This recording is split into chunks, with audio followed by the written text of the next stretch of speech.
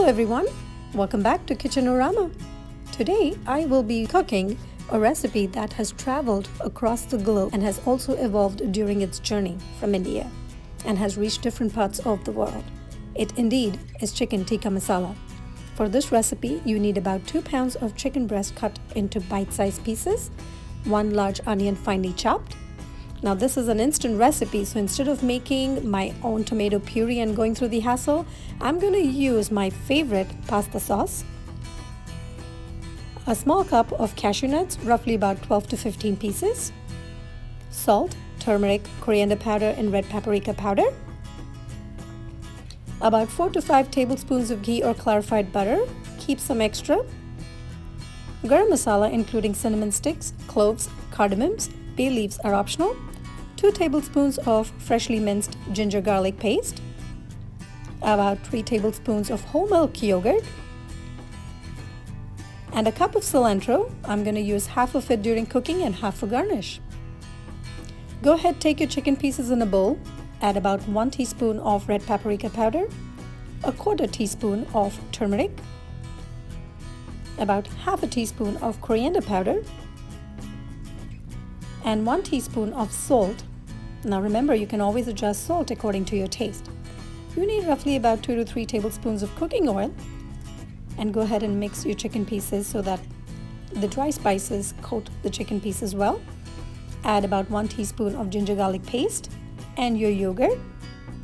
Mix your chicken up well and set it aside for about 30 to 40 minutes with the lid on top of it. While the chicken is marinating, go ahead and get your masala ready. If you have an instant pot, turn it on saute mode. Add about 2 tablespoons of ghee. Add your whole garam masalas, and once your cloves and your cardamoms start popping up, it's the right time to go ahead and add your chopped onions. Mix your onions well. Add the rest of your ginger garlic paste, which is roughly about 1 tablespoon.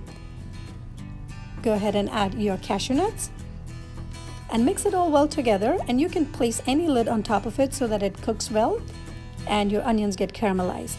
Once your onions are caramelized and it has a good nice golden brown color, take it out in a small bowl and set it aside to cool off.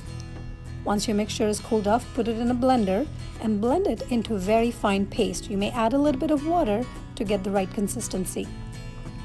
While in the same Instant Pot pan, go ahead and add about 2 more tablespoons of oil or ghee, and you're going to put your chicken pieces into it.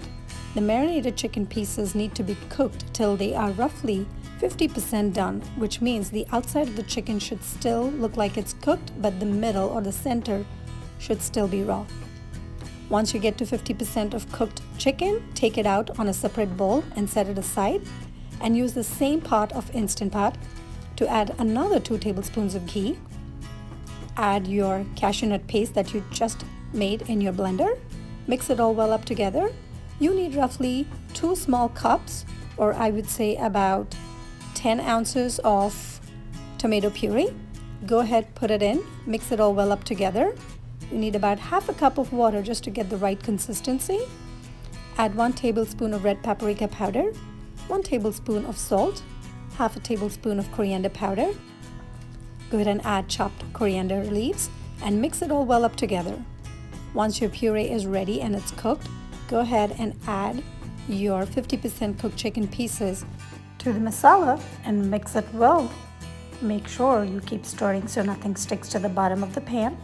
And once everything is mixed good, I'm going to go ahead and put the lid back on to your Instant Pot, and you're going to turn the Instant Pot on to manual mode for 5 minutes. Set the pressure valve to close.